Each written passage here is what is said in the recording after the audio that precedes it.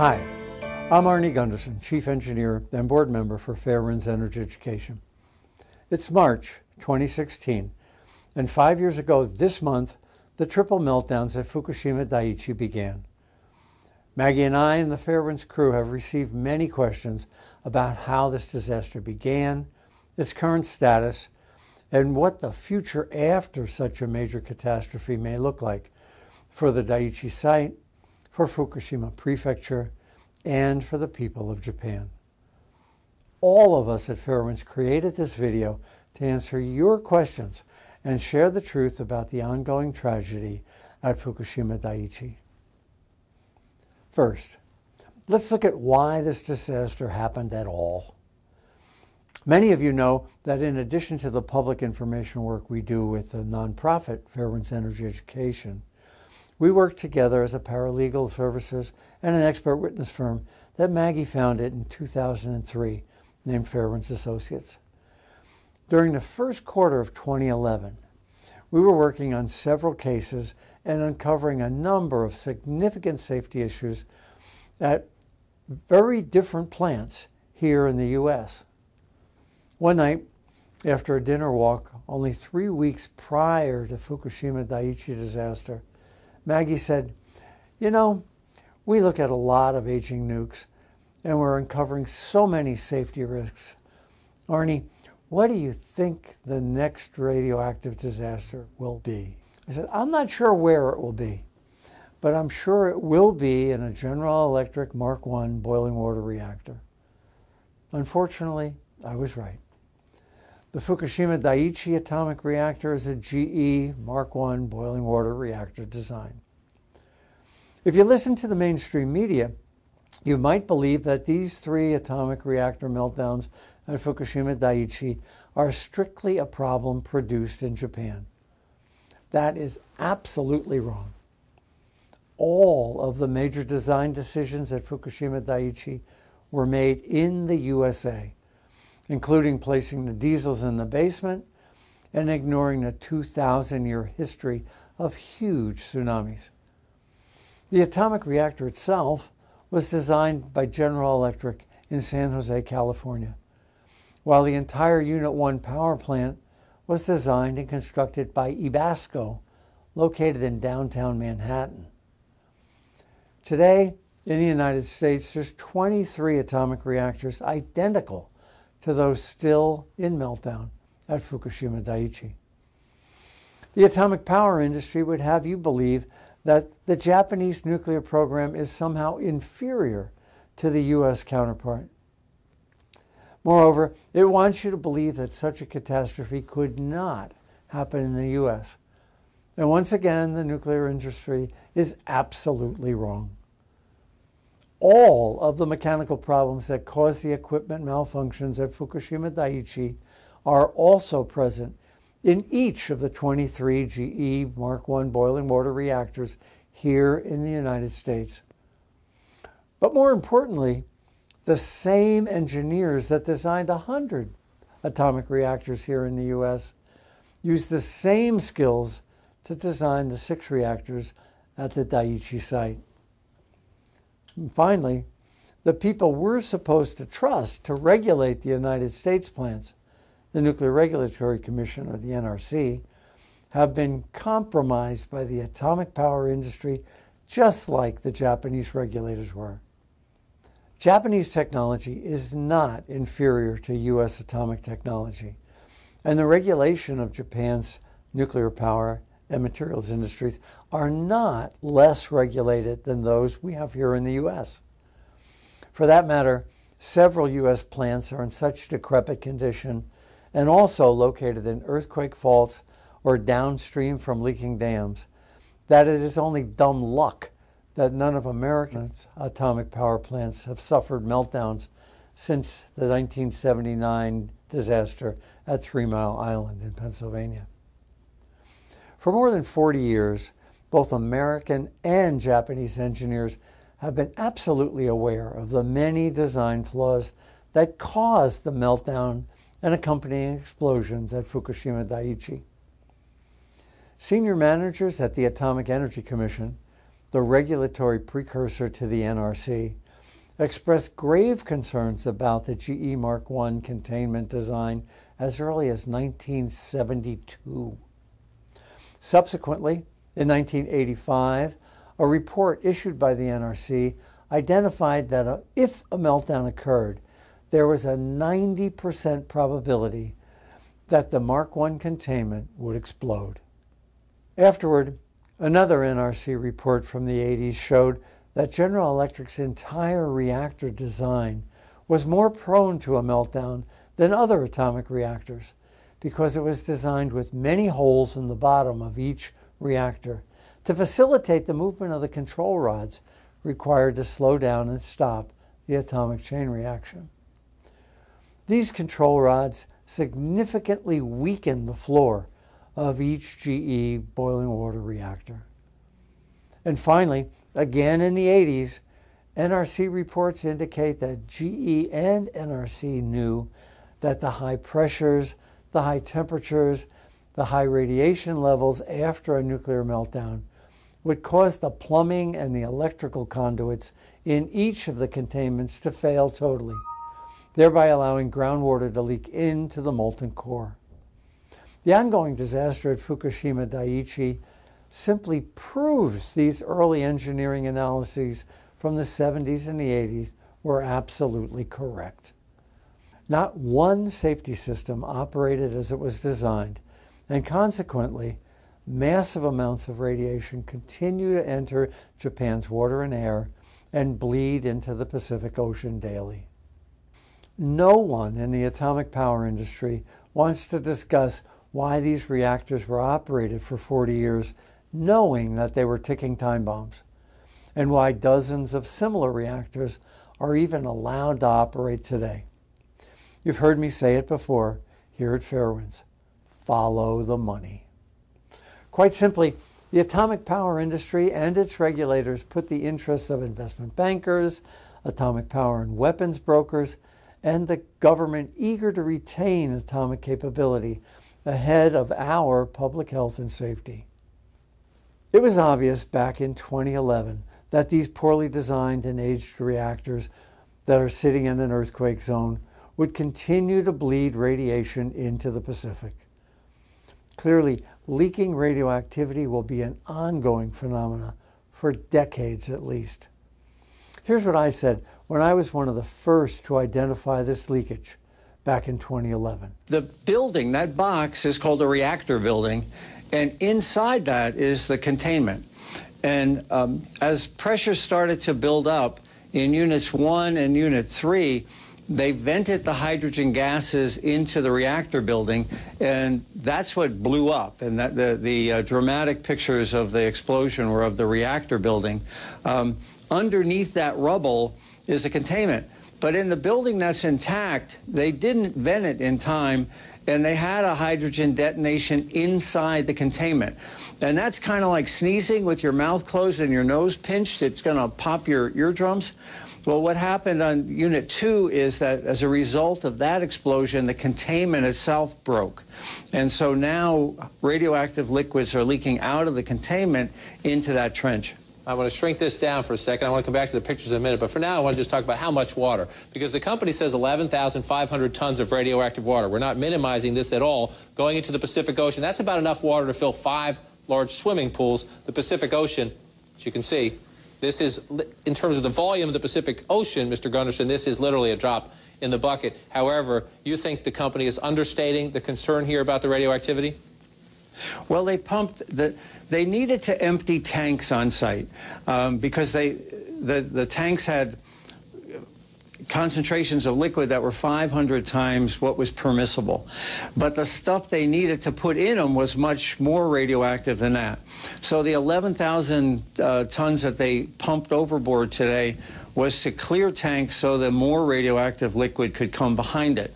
The leak that they just fixed, though, for the last couple of weeks has been leaking something on the order of 7 tons a day, not of the 500-time concentration, but of the much more concentrated radioactivity into the ocean. So there's a lot of radiation in the ocean. People around the world write to Fairewinds asking why the cleanup is taking so long And how soon will the disaster be over? Less than 1 week after the triple meltdown started, I was interviewed on CNN. And I said then, and I'll say it again, cleaning up Fukushima will be a long slog.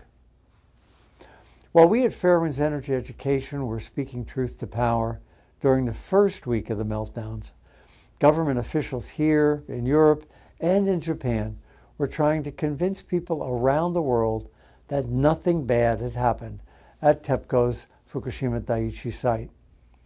Don't worry, be happy seemed to be the theme song around the world, so that each country that owned atomic power plants could continue operating its reactors without its citizens being concerned for their own health and safety.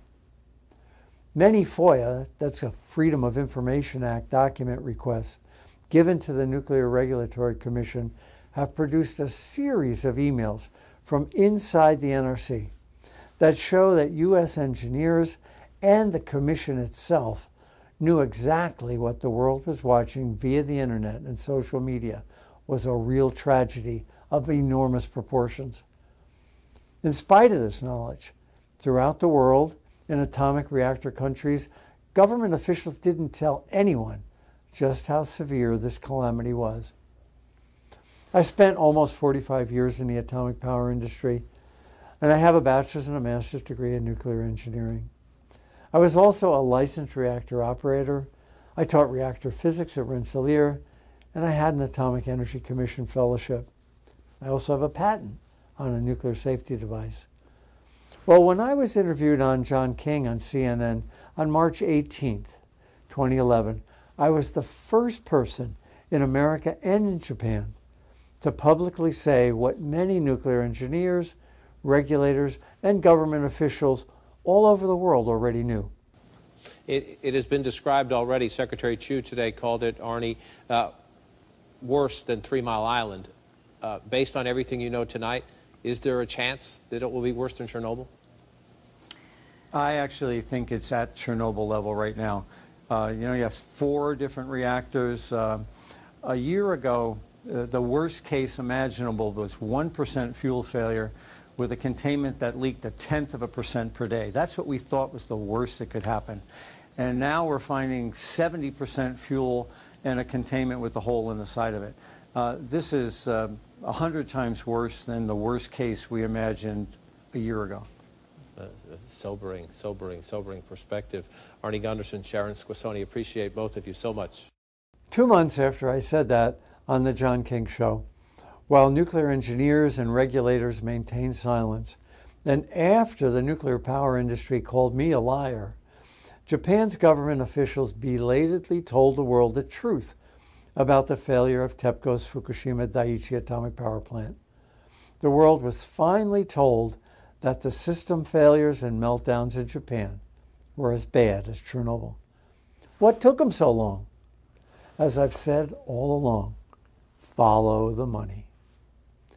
As we look back on these devastating atomic power-induced tragedies, it's easy to determine the moment that both the debacle at Chernobyl began and the moments in time that TEPCO's Fukushima atomic reactors began to melt down. But now, 5 years later, no one knows when any of those ongoing man-made radioactive cataclysms will end. As Yogi Berra, the famous American baseball player and coach, would say, "It ain't over till it's over." Sadly, Fukushima is far from being over. For me, as a nuclear engineer, it was obvious immediately after the disaster began, as it was to many others with a similar technical background to mine, that it would take an extraordinary amount of time and a phenomenal sum of money to clean up the worst industrial calamity in human history. In February 2012, I was an invited speaker to the Foreign Correspondents' Press Club in Tokyo, where I told the worldwide media, I believe that over the next 25 years, the total cleanup, especially in Fukushima Prefecture, will add another 190 billion US to that. So 60 billion for the plant and 190, I believe it will be about $250 billion US to completely, over the next 20 or 30 years, to completely clean up after this accident. それからそれ以外に As an experienced nuclear engineer and a former nuke industry corporate senior VP, I did not want to see the cover-ups and risk to families around the world that I saw after 3 Mile Island and Chernobyl. Fairewinds and I spoke truth to power immediately in the Washington Post, the New York Times, the Global Post. The 2-hour interview I did with the Wall Street Journal was never published. We at Fairewinds worked unceasingly to make sure that accurate information reached the media all over the world. The saddest thing that happened to me during the last 5 years was to witness how the governments in Japan and the US and the worldwide atomic energy industry continue to claim that little or no radiation is impacting the people living in Japan. The truth is already beginning to make itself known, and during the next 5 years, the world will see a rapid increase in thyroid cancers, followed by organ cancers, hard tissue cancers, and leukemia in those exposed to the massive amounts of radiation that were released in Japan. Many of Japan's government officials continue to apply enormous pressure to doctors, to scientists, to teachers, and to journalists in order to prevent them from analyzing, discussing, and informing people about the health ramifications from such extensive and invasive radiation. Because they are so much more radiosensitive, children, especially young girls, and their mothers will be the real casualties of this disaster for decades to come. We at Fairewinds estimate that at least 100,000 and very possibly as many as 1 million cancers will result from this ongoing and unmitigatable atomic disaster. Tissue damage to people in Japan due to radioactive hot particles has been and continues to be completely ignored by the world's nuclear community. I was the first scientist to discuss the release of Fukushima hot particles. The ongoing radioactive legacy of hot particles will linger throughout Japan, literally for centuries. Maggie and I and the Fairewinds crew have repeatedly been the first organization to talk about and publish information informing you about the dozens of other significant issues that other scientists and government officials in the nuclear power field have not. Some of these scientists and officials have told us that they were either afraid to discuss or they were forbidden by their corporate employer from speaking about the information we've made public with you. While we're proud to share our knowledge with you, we're also dismayed that mainstream media has failed to tell the truth about the worst industrial disaster in human history. So what did we learn from the triple meltdowns at Fukushima Daiichi? First, we learned there will be more atomic reactor catastrophes in the future. Second, during the next nuclear disaster, emergency evacuation plans will fail again because government officials place atomic power profits before the health and safety of its people. Third, nuclear containment systems are absolutely incapable of enclosing and isolating radiation released as the catastrophes begin and as they continue unmitigated. Fourth, these prolific radiation releases will cause upwards of 1 million deaths, even though officials will claim that none have occurred, as they did at Chernobyl and at TMI. Fifth, the irreversible costs of atomic power to us, to you and I, the people of the world, greatly exceed any profits or any benefits that the corporate owners of nuclear power receive.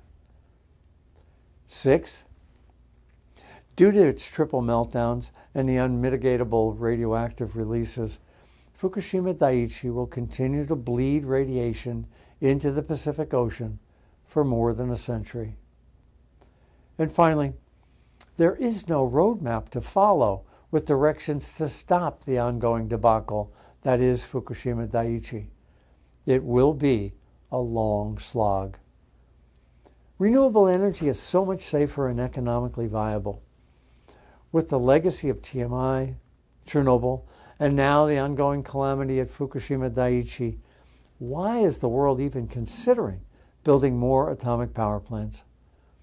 And with aging, degraded atomic reactors, climate change-induced flooding, tsunamis, hurricanes, typhoons, along with moving tectonic plates creating earthquakes worldwide, why indeed are any atomic reactors operating anywhere in the world?